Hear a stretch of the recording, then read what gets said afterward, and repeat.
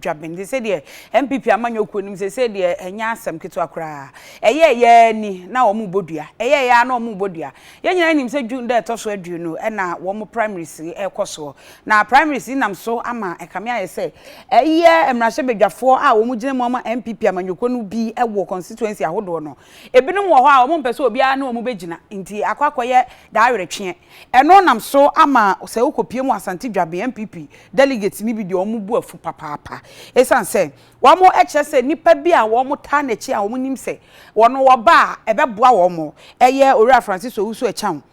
party executives ne committee na wo mo contest committee so wo ma disqualify no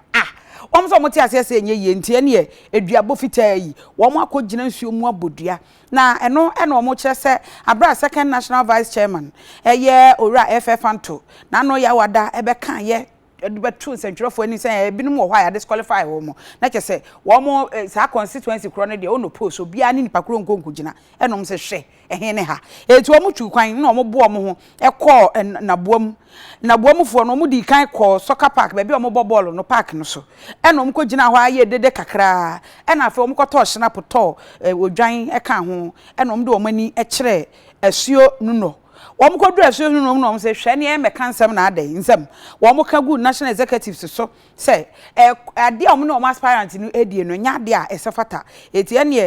nsẹ́m paadi ọmọ aka bi ẹ̀dí ẹ̀gu ọmọ ṣe obi bíà wọ́bẹ̀yẹ n'adwene sọ ọbẹ̀yẹ saa adé ẹ̀ ní deẹ̀ ẹ̀ní ẹ̀ na